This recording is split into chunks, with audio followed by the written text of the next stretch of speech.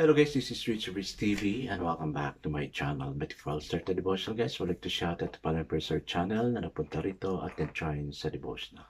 Shout out and God bless Tulio Bacoteco, Juan Anthony Balmoria, SSC TV of Korea, Juselinco Studio, Ping Bertolpo, Retro Vlog, Nanay Amacolda, Michael Aborita, Yans TV, Connie Vlog, Foreman's Work, Heart Ponsalan, Mami Rose Craft, Friends, Shendog, Vin Lawrence Chonko, and Nathaniel Abilia. Shoutout na rin sa mga estudyante ko na bagong salta na mga estudyante ko. No? They're my new student, both grade 11 and grade 12. God bless us all, guys.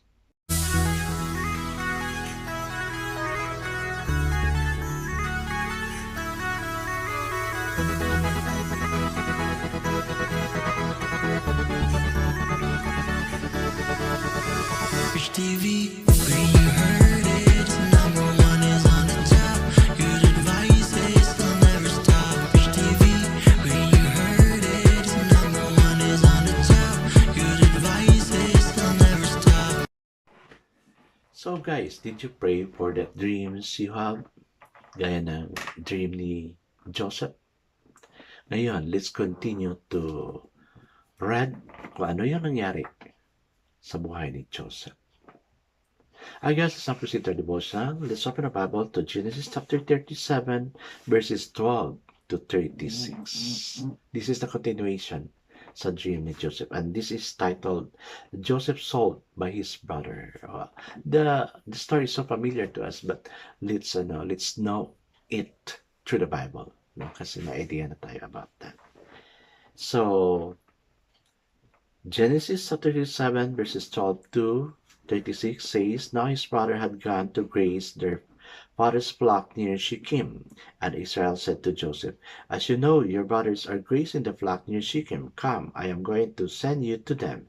Very well, he replied, excited si Joseph. Ninutusan ng papa niya. So he said to him, Go and see if all is well with your brothers and with your flocks. And with the flocks, and bring words back to me. Then he sent him up from the valley of Hebron.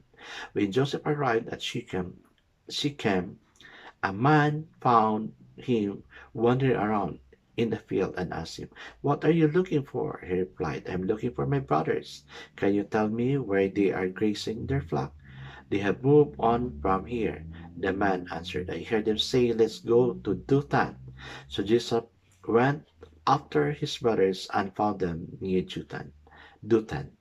But they saw him in distance, and before he reached them, they plotted to kill him. Here comes the dreamer, they said to each other. Come now, let's kill him and throw him into one of the cisterns and say that a ferocious animal devoured him. Then we'll see what comes of his dream. When Reuben heard this, he tried to rescue him from their hands. Let's not take his life, he said. Don't shed any blood. Throw him into this cistern here in the desert, but don't lay a hand on him. Reuben said this to rescue him from them and take them back to his father. So when Joseph came to his brother, they stripped him and his robe, the richly ornamented robe he was wearing, and they took him and threw him into the cistern. Now the cistern was empty, were no water in it. As they sat down to eat their meal, they looked up and saw a caravan of Ishmaelites coming from Gilead. Their camels were loaded with spices, balm, and myrrh, and they were on their way to take them down to Egypt. Judah said to his brother, What will we gain if we kill our brother and cover up his blood? Come, let's tell him to the Ishmaelites and not lay our hand on him. After all, he is our brother and our own flesh and blood.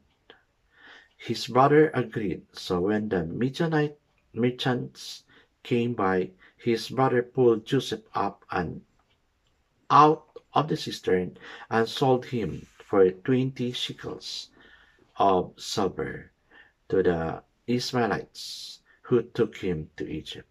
When Reuben returned to the cistern and saw that Joseph was not there, he tore his clothes. He went back to his brother and said, "The boy isn't there. Where can I turn now?" Then they got Joseph's robe, slaughtered a goat, and dipped the robe in the blood.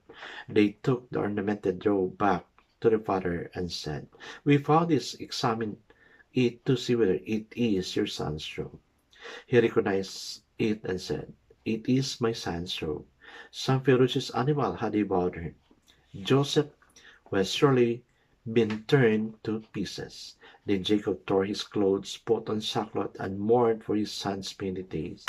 All his sons and daughters came to comfort him, but he refused to be comforted. "No," he said, in mourning, "will I go down to the grave to my son?" So his father wept for him. Meanwhile, the Midianites sold Joseph in Egypt to Potiphar, one of Pharaoh's officials, the captain of the guard. Amen and amen. Okay, let's now pray. Father God, hindi talaga maiwasan, O God, na even members of the family, O God, has jealousy among us, O Lord God. Sometimes they're the cause of what will happen to us, O Lord. Like what happened to Joseph. Inihulog siya sa balon, and then kinuha siya, binenta sa mga Midianites, and then the Midianites also sold Joseph to Potiphar, the king of Egypt. Lord, what a hurt, Lord God, na sight of Jacob. It's really hurting, Lord God, na yung pinaka-precious na bagay sa kanya, nawala pa, Lord God. Lord, thank you na nakita mo yung sitwasyon namin, how we suffered from problem. That's why, Lord, I pray to please bless us, O God. Bless us, O God. Give us wisdom, knowledge, understanding on what to do sa mga circumstances na ganito, O God. Bless each one who are here, O God. Bless each one. Teach them to enjoy and enjoy to be here, O Lord God, as we listen of your word. Amen. Amen. The focus verse for this evening, guys, is found in Genesis chapter 37, verse 36, and it says, "Meanwhile, the Midianites sold Joseph in Egypt to Potiphar, one of Pharaoh's officials, the captain of the guard." So the title of the devotion for this evening, guys, is "God Silence Suffering." Joseph's brother had gone to graze their flock at Shechem only a few years earlier. Simeon and Judah had brutally murdered the men of Shechem, kidnapped their women and children, and plundered their property. Likely concerned to their safety, Jacob told Joseph to find his brother and report back to him if they were okay. Joseph did not find his brother in Shechem. A man, however, told him that his brother had moved on to Dothan. So Joseph followed. The brothers saw him from a distance and immediately began to plan for his death. Reuben rescued Joseph from immediate death, but Joseph was stripped of his robe and thrown down an empty well or cistern. Praise God for the life of Reuben na nag-save sa kapatid niya. A short while later, a caravan of Midianite merchants passed by Judah, suggested that they sell Joseph to the Midianites. They did so and were paid 20 shekels of silver. The brothers then dipped Joseph's robe in goat's blood and told Jacob that a ferocious wild animal had killed him. But Jacob was inconsolable, and so he mourned Joseph's loss for a long time. Human suffering raises hard questions. We know that suffering is natural but part of this fallen world. It's hard to understand why Joseph suffered, but the circumstances that caused him suffering also position him to see God's purposes fulfilled. The hardest part to suffering is God's same inaction of silence. But God always accomplishes everything He purposes. Naman guys, no? Kung saan may problema tayo, we feel as if God is not answering us. Very silent si God. But I know God's silence in our suffering is that He's doing something great for that. Kaya the very thing we can do is just to pray. Si Joseph kaya, nung binenta na siya, inuhulog sa isang cistern or balon na walang tubig, ano yung feeling niya? Did he complain? Did he shout? We do not know. It's not written in the Bible. But we know he is also suffering. Mas more to Jacob na papa niya, na yung love niya is grabe talaga. Kaya hindi siya pwedeng i-console sa binasa natin, no? Because the loss of Joseph sa kanya is grabe talaga ang epekto. Well, there are situations na ganyan, no? Let's not lose our hope. Let's put our hope in God. Okay guys, my question na naman dito. What hard thing is God allowing in your life at present? Ako meron. Meron talaga. And I keep praying about this.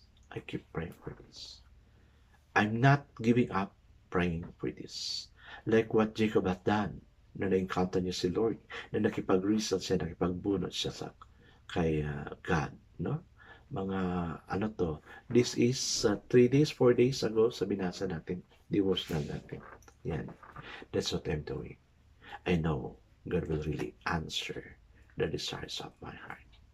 Second question, pray that you will trust Him during His seeming silence. Ayan pala, hindi pala question. Yes, guys. Let's keep praying. Nasa silence the Lord is doing something great for us. Amen. I guess let's not pray. Father God, napakalaking problema sa part ni Joseph, sa part ni Israel or Jacob, and even to his brothers, okay, sa mga brothers ni Joseph. Situation that is very well planned, na mali na plano, okay. That's why I pray, okay. Teach us to keep praying on the admirations of our life, aspirations of our life, dreams of our life, Lord God. Lord, spare us for this kind of trouble. Answer us, okay. Consider our prayer, Lord. Bless each one, okay. Amen and amen. Yes, guys. I repeat sa sinabi niya dito, pray that you will trust Him during His seeming silence, and that is God. God bless us all, guys, because I know God shall bless is 10 times better. This again is Rich TV. Kita-kita tayo ulit sa muli. Paalam!